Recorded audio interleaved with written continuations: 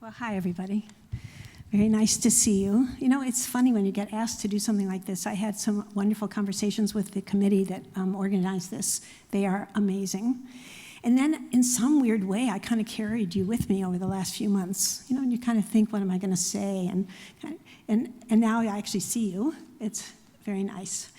I have a lot of thanks to give. I just particularly want to thank the tech crew, who's been fantastic back there, and the gentleman who offered me water, and the people who fixed my microphone. And, you know, there are a lot of things that make something work, so thank you.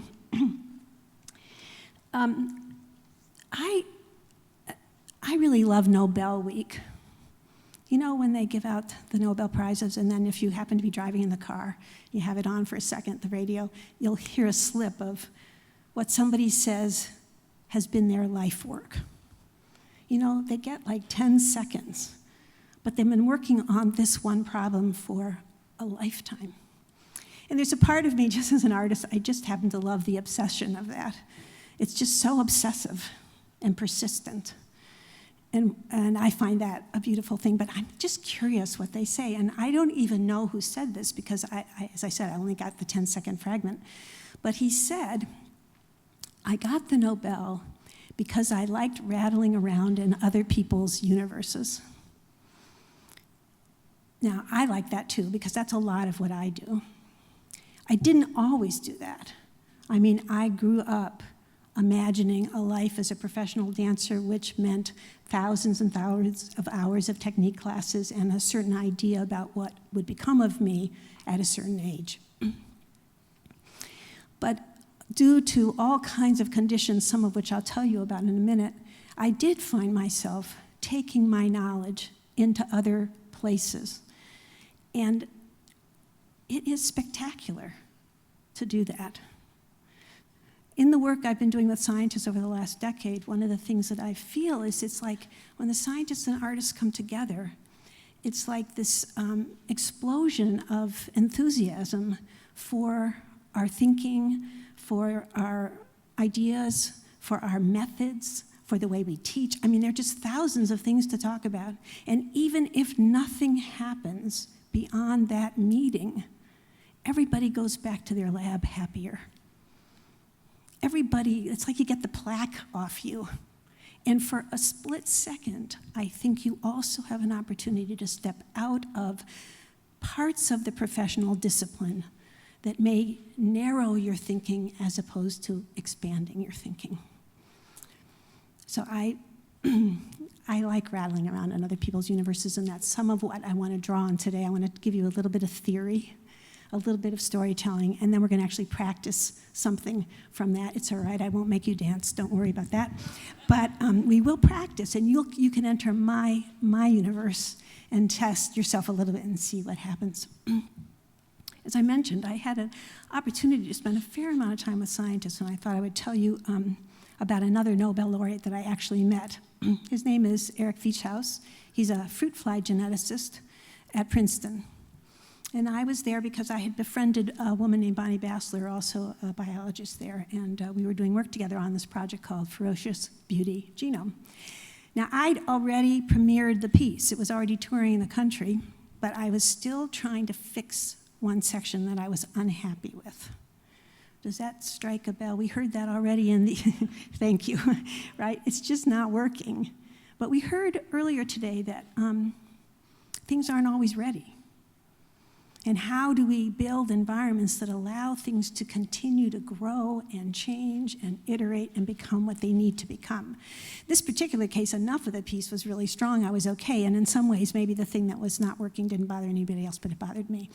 It was a section in which I was trying to compare what was going on in the laboratory with what goes on in rehearsal. Like, how do we inquire? What is the nature of mistake making? How do you treat your fellow people while you're trying to make something? What do you do with bad ideas? Just what was happening?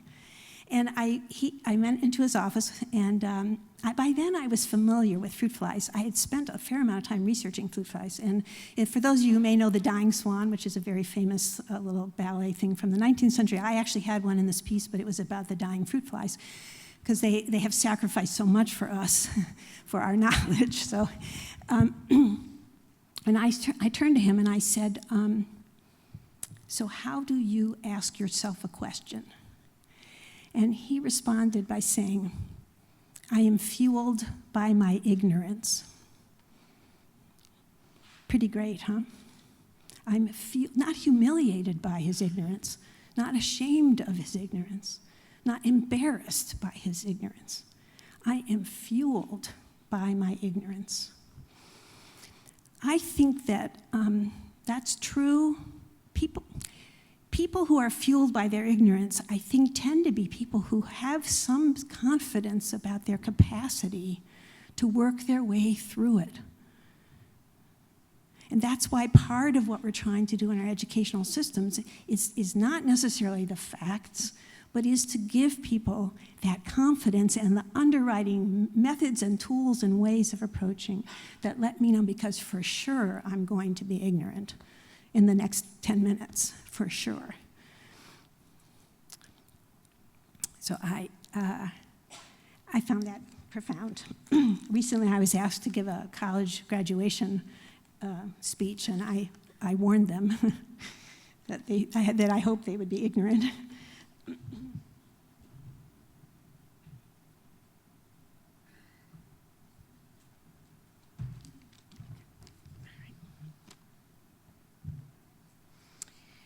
As I mentioned, I think that when we spend time in each other's territories, if we're lucky enough, we come back changed. In the case of my work with scientists, some of the change actually affected the classroom. In some cases, it affected the laboratories. In some cases, it affected the way they were thinking about modeling. But I just want to say before I jump into the heart of this that with change, and perhaps we put in the word innovation, with change comes loss. Every innovation. When I go to my synagogue, twice a year they let me in and we do this sort of participatory thing, and everybody has to, dance the prayers. And, they put up with it.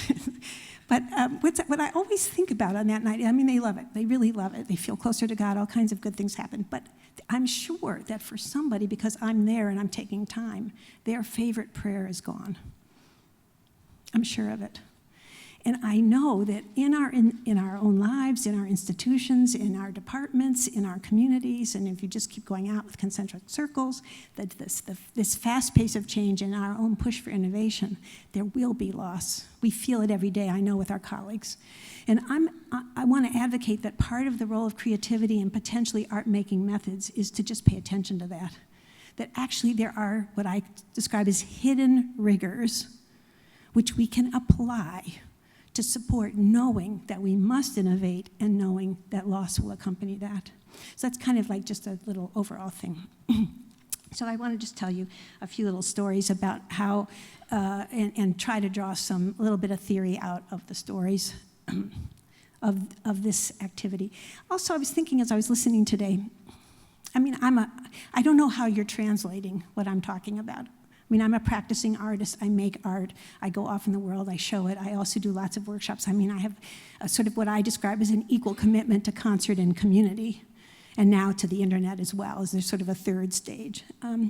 But I do think if you just insert the word whatever, the engineer in residence, or the scientist in residence, or the teacher in residence, that there are aspects of what I'm describing that I think you can imagine in relationship to your own life, in addition to what I hope to be these underlying tools of creativity. I in no way assume that artists are the creative people. In fact, if I say the word creative artist, that's not redundant. They have the same problems that every other field has. So when we're thinking about creativity, it is not the aegis of artists. But as a working artist, I have taken a lot of time trying to understand what that word creativity is and how to apply it in different settings. So, for example, I was asked to do a workshop at the American Banking Association. This wasn't a talk, it was a workshop. They wanted the bankers to participate. They put it on the spouse track because they thought the spouses would like it. But who showed up were like 50 bankers. It was really interesting that happened. Even that, we could probably spend the rest of the time just parsing that statement. But so I talked a little bit, and then I said to them, okay, how have you been creative on the job? And, they all did this, which is a fairly good beginning movement for a dance. It'll work. But what I was interested in was to get their stories so that we could translate their stories into a movement that they would then all do. So eventually, I can bully people, eventually somebody said, well, I founded my bank. And I said, good, okay. So originality is a part of creativity, but they're not exactly the same. In fact, I think we often confuse them. But nonetheless, I accepted it. Yes, you can originate something, and that's a form of creativity. Eventually, we came up with enough stories to make this dance. They did the dance to music, and then they did it to the mission statement of the American Banking Association, which was really fun, right? So, for example, if the first movement actually was, he originated his bank, so he had to sign some papers. We did a little thing like that. Here's the paper. So, the mission statement of the American Banking Association goes like that. So we finished, and this one banker raises his hand. He says, okay, Liz, I get all this. But at the end of the day, the numbers have to add up. And that was his challenge. I think that was a really interesting question, right? Because in his mind, creativity meant that the numbers couldn't add up. His definition of creativity was wild, abandoned, random, all fun, anything goes, blah, blah, blah, And I said back to him, right, at the end of the day, sometimes all the dancers have to stand in the same position with their arms out in exactly the same way, looking in this, and we spend hours in rehearsal getting that to happen. So that's the first thing I want to advocate for, is even though I think there's a narrative about creativity that is more about its chaos, in my view, when creativity is being practiced, there are parts of it that are wide open to possibility. We train ourselves not to be judgmental. We hold back the negative. We say, what is really going to be, what could possibly go on here? And then there are other times when we say, okay, that is not the way it's going to be. It can't be. And we start closing in. What I love is that the speed with which things open and close. It can be like in 1 second, we're in a collaborative moment, everybody's got ideas, and the next person, the leader said, no, not that, we're doing that. And how that is in a group, right? So what just happened? I thought we were all just, So being able to manage the ways in which creativity, wide open, and then how it closes in is, to me, a thing of mastery and something to learn and do. And in fact, the thing we're going to work on later lets you address that.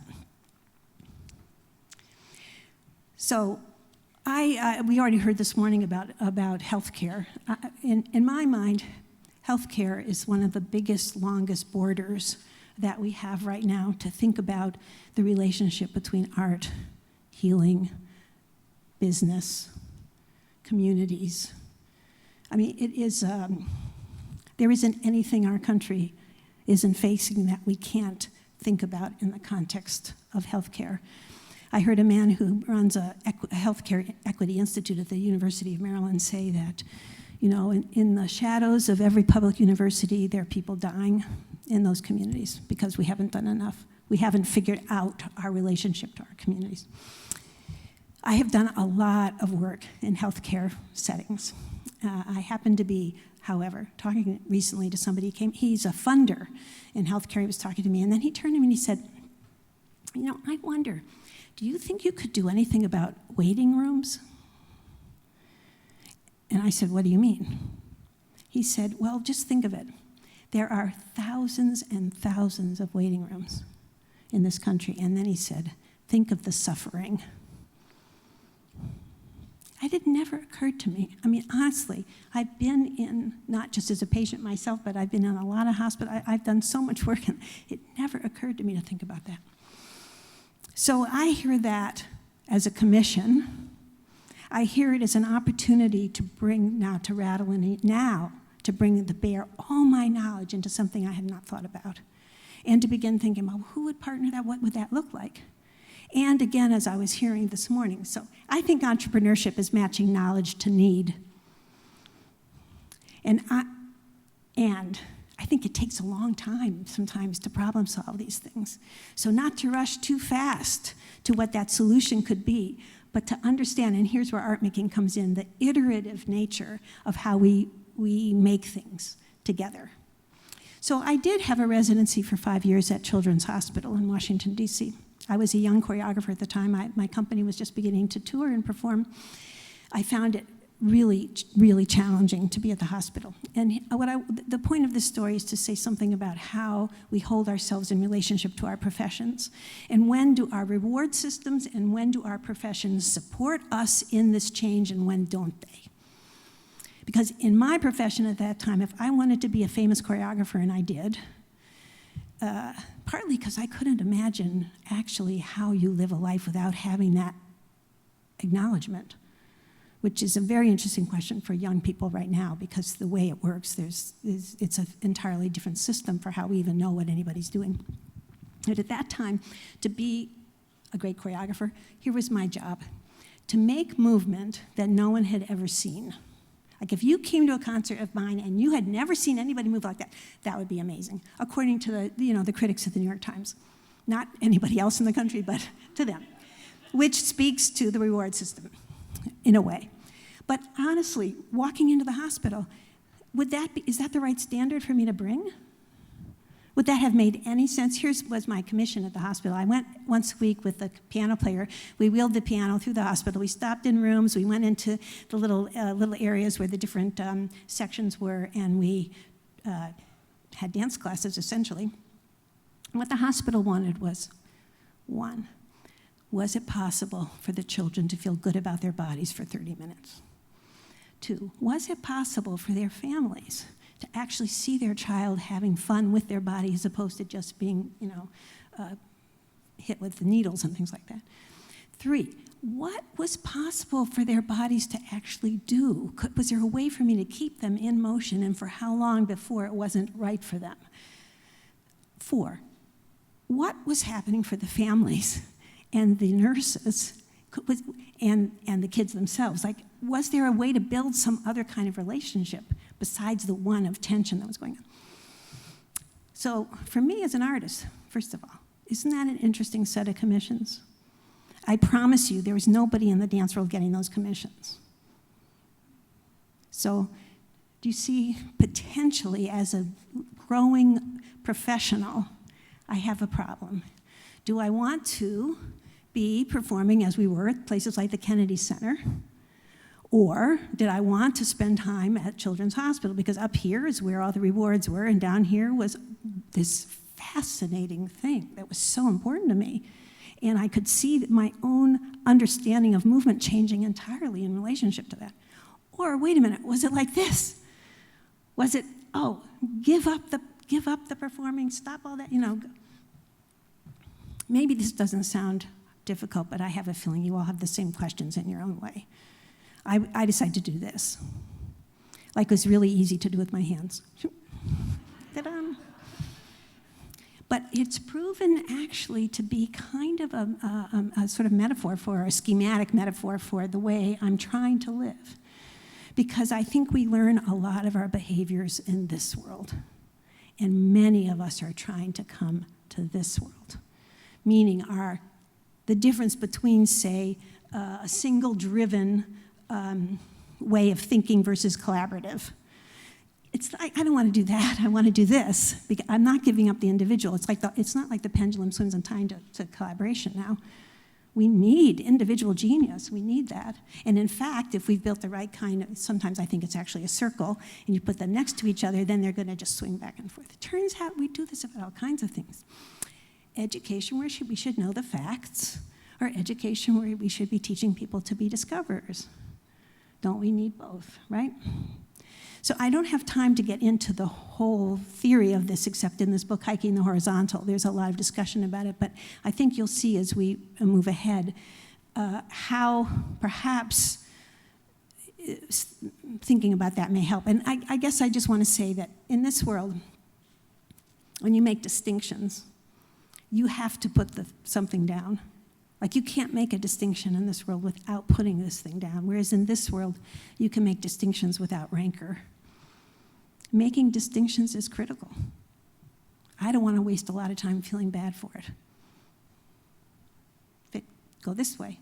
Turns out there's all kinds of ways we can come to understand each other. Okay, so I'm going to do a collaboration on campus. Who's going to whose office first? Who's going to whose office? Right? Who's paying, who's got the new building? All these different ways in which we build these hierarchies, and then we live through them. And what I'm advocating for is the extent to which you can flip them and notice and see how that allows you a whole lot more movement. It can be useful. Okay. Maybe let me just check my time here. Okay, I'm going to pause for a second and see if there's anything I've said you want to challenge or think about, or any pictures that have come to your mind, or any questions that you have before I proceed.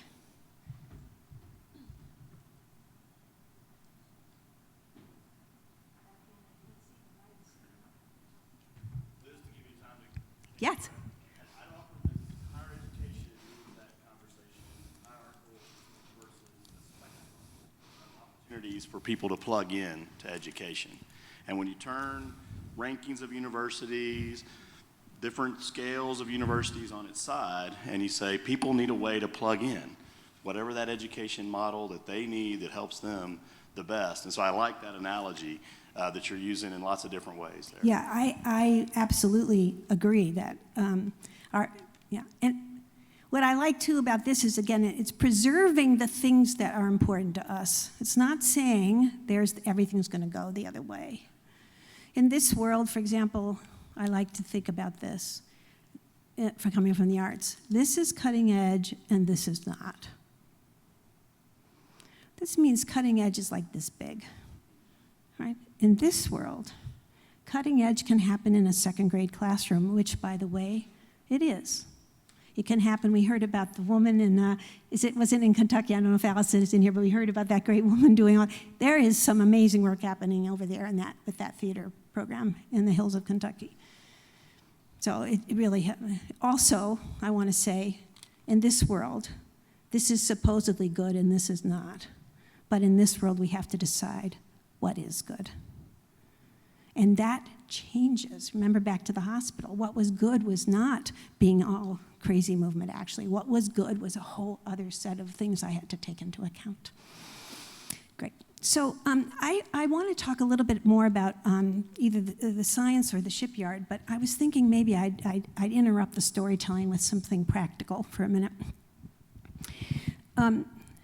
I think one of the what I like to teach you is a little system for giving feedback that I developed when I thought the world was like this.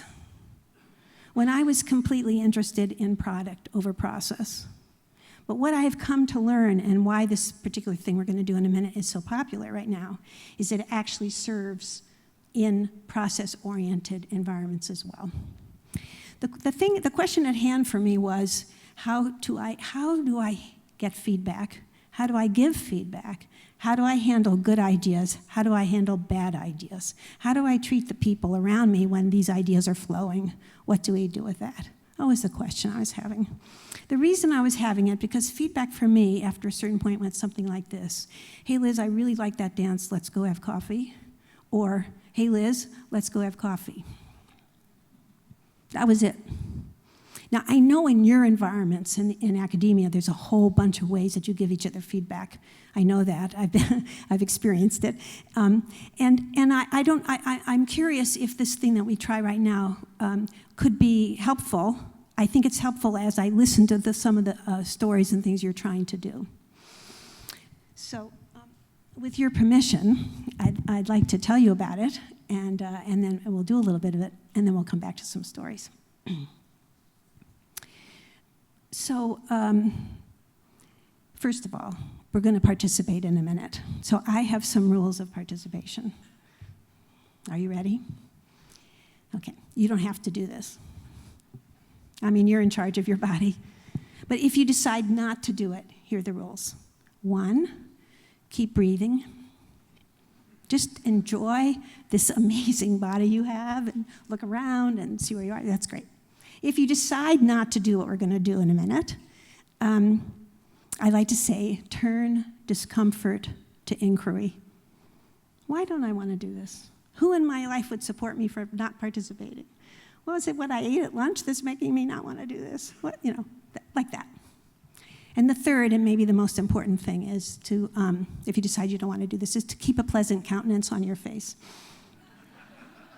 Because that lets the rest of everybody do it. Because in my world, I don't want a community to be, okay, everybody has to do the same thing at the same time all the time. That is not, to me, what it should look like. But I want to be in a place where saying no doesn't mean that the whole thing has to come down. That's part of this. I'm talking about this, okay? So I won't go into the whole history of how I developed the process of everything, but just to suffice it to say that I spent a couple of years thinking about why I could hear feedback from some people and not others. And it had nothing to do with tone of voice. I was very curious about what conditions I could put into place so I could be a better partner, both in my work life and in my home life, with being honest about my judgments. So sometimes I think of the critical response process as a way of honoring our judgments. There's an orthodox form, which we're going to do in like 10 minutes. And remember, this took like 20 years to do, so it's just a little glimpse of it. But there are many, many adaptations going on right now. GlaxoSmithKline's using it. I know there are a lot of, some government agencies are using it. So it's being applied in some interesting ways. So first I'm going to tell you how it works, and then we'll do it. Okay. So in critical response, there's a facilitator. I'll do that today, but we have second graders facilitating. Anybody can facilitate. It has nothing to do with the stripes on your sleeve, okay? Anybody can do it. Secondly, there'll be there's a maker. Somebody's going to put forward an idea that they have, or a dance, or an early thought they're having. We'll call that person the artist right now. And then there are responders. And everybody has a role to play. Once we've heard the idea, we'll do the first step. In the first step, the responders are going to tell the artist, the maker, the person with the idea, what they found meaningful. That's all. What was meaningful about it? Meaning is like huge. Interesting, provocative, surprising, unique, curious, all that. You have to filter out your discomforts and what you might describe as negative. You don't get to do that in the first step. For some people, that's a problem. They'll already feel, then my feedback's not honest. I don't know why that is. Like if I told you, do you see something yellow in this room? Do you? Probably. Do you see something black in this room? Probably. Do you feel dishonest when you just noticed the yellow and you didn't say it was black? Do you see what I mean? We filter all the time. I don't know why we have this particular dilemma around this issue. We do. So step one, you're going to say what's meaningful about it. You have to be honest. You don't have to say that's the best idea I ever heard. Just be true, okay? Second step, the person who has the idea, they turn to the responder and they say, I have some questions for you. And you ask your questions. At that point, responders, you can answer the whole breadth of your experience. So if I said to you, what do you think about the ending of my dance? You could say to me, Liz, it doesn't work. It really was terrible. You could tell me that. Or you could say, well, it was interesting. I found it curious when, blah, blah, blah. But what you can't do is this.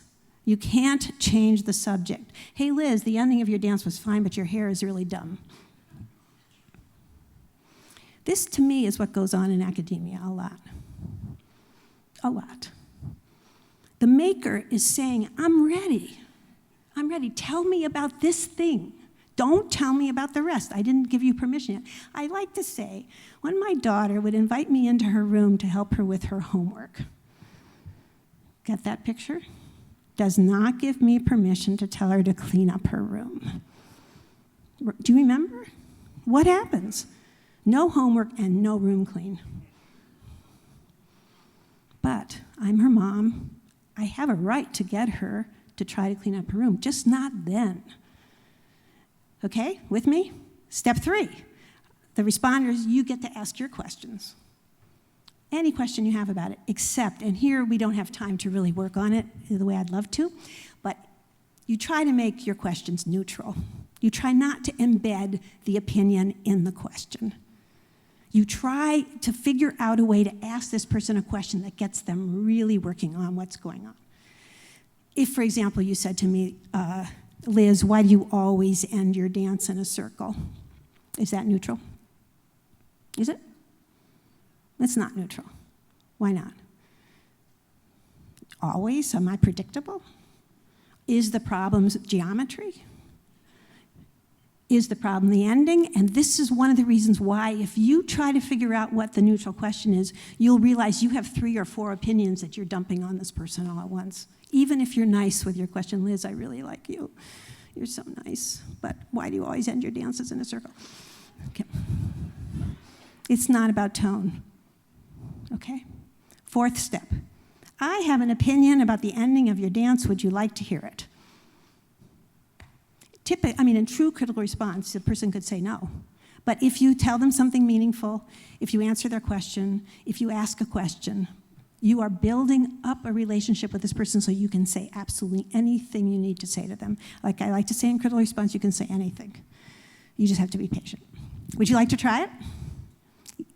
Let me just get some enthusiasm. Raise your hands. Don't you want to try it? Not quite. Okay, well, many of you do.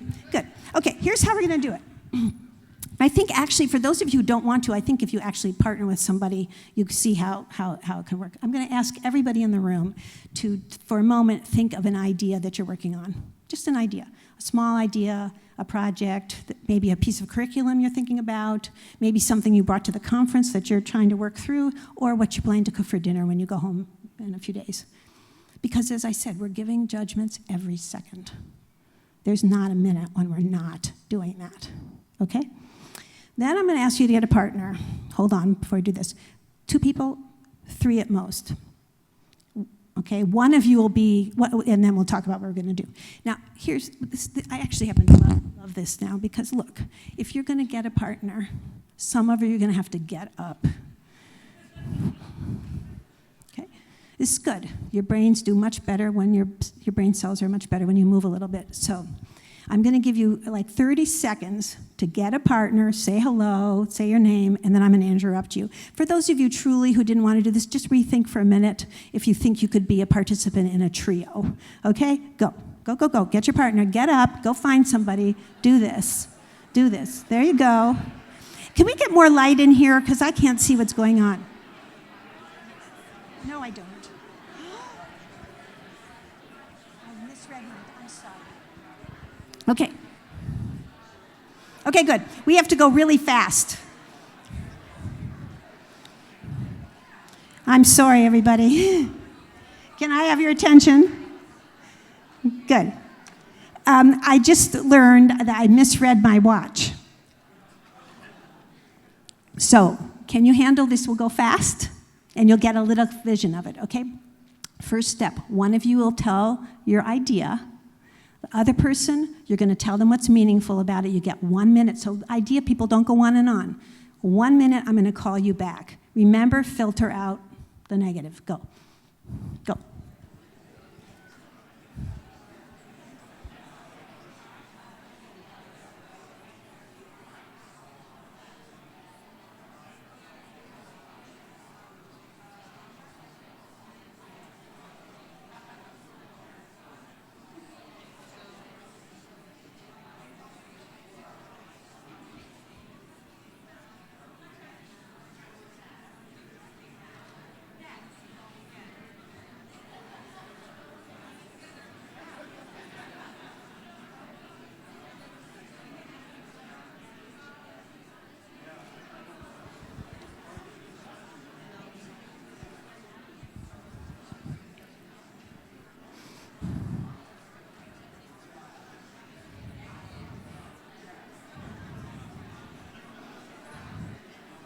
Okay.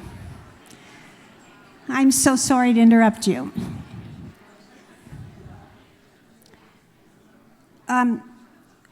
For those of you who may decide to play with this a little bit, I just want to say in pedagogical environments, doing this first step is profound Because if you keep a list of what people say is meaningful, you get a list of what's working.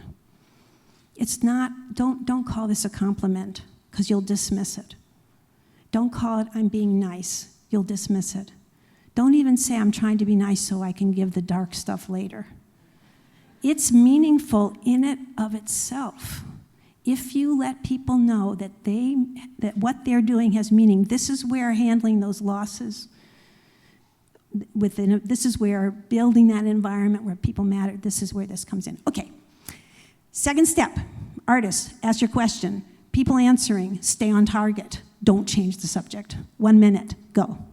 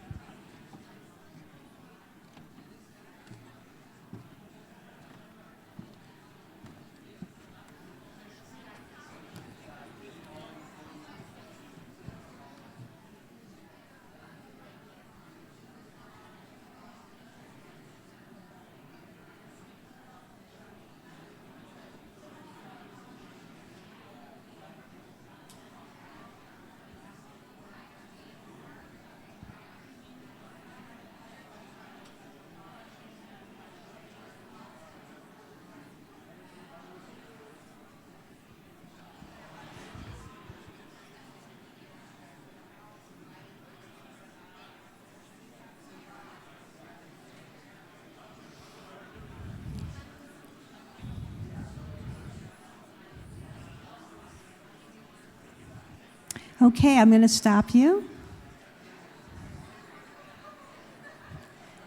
Okay, can we come back?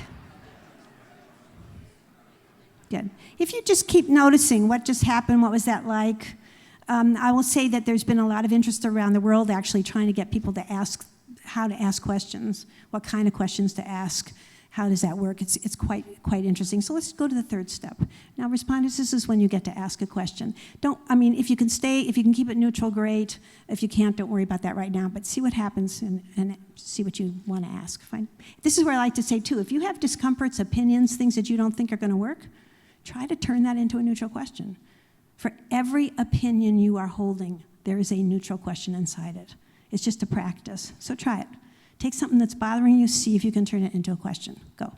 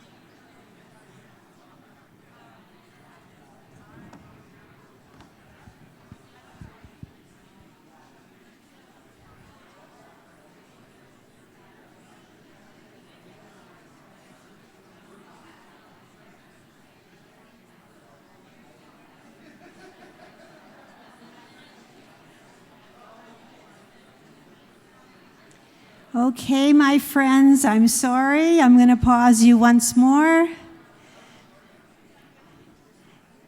I think yeah. And you could just go right into the fourth step. Responders, I have an opinion about. You name what the opinion is. Would you like to hear it? And see if the person wants to hear it or not. And if not, try another one. I have an opinion about. Do you want to hear it? Go.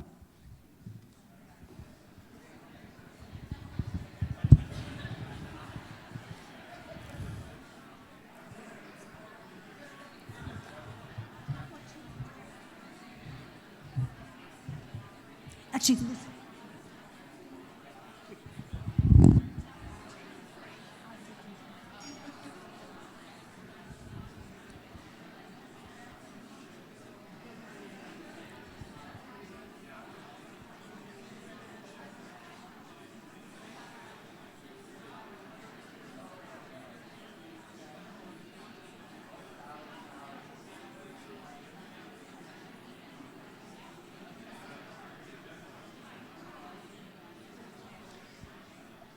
Okay.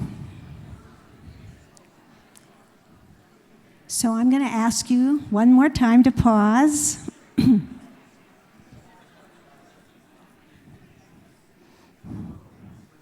I'm really sorry we did in 8 minutes what I had thought we would do in 12, but so let's just pause for a second. Can you just take a mental note of what that was like? Just that really fast little assessment we just did. I think what I'm going to do is finish my talk and hope that you'll spend a second or two with each other to just check in and see what that was like. But does anybody have a comment at the moment from it? Just a quick response, a quick reflection on what that was like? Besides rushed, yeah. Yeah. Excellent. Yeah, try it again. Love that. And of course, eventually you can take the steps apart. And what I want to say is that I realized, I mean, as I said, I've been doing it for 20 years, but it's only recently I realized it's like dance in this way. You practice the steps like thousands and thousands of times, but the dance is not about the steps. So you practice this, these ideas that are embedded in those steps. Practice that, filtering out the negative. When do I say that? How do I take a neutral question? How do I make an opinion neutral? What happens if I ask permission? Can I tell you something about what you just wrote? Just that little thing. The underlying principles are what matter. So I realized I didn't quite finish my children's hospital story, so I want to finish right there, and that will be the end, because I said to you that it changed my sense of my profession. Here's how. I spent 5 years there. We only did one performance. If I defined performance as a big audience, everybody come and watch. But we were performing every week. So the whole way I viewed what my life as a performer was changing. But when we finally did the one performance, we did this one soft little dance. It was quiet. And this child who I'd worked with earlier in the week fell asleep. I was so upset. And I was leaving the hospital really dejected, and this nurse came running after me, and she said, "Liz, stop. We have been trying to get that child to go to sleep for 3 days." What did I learn in that moment, right? What did I learn? Everything I'd ever been taught about art, wake people up, challenge. Wait a minute. There was another idea. Maybe put people to sleep was the best thing I could do. And you can see how that changes and innovates, turns back into ways of thinking. And just this week, a very famous European musician had a concert starting at midnight in London, and you had beds, and you slept through his concert. And that was his goal 30 years later. So I hope this has been useful. I'll stick around for a little bit if you have some questions. I'm sorry we were so rushed on critical response, but I wanted to do one thing that was interactive so you could just get a little bit of something to work with from our world, and I wish you the best and everything. Thank you.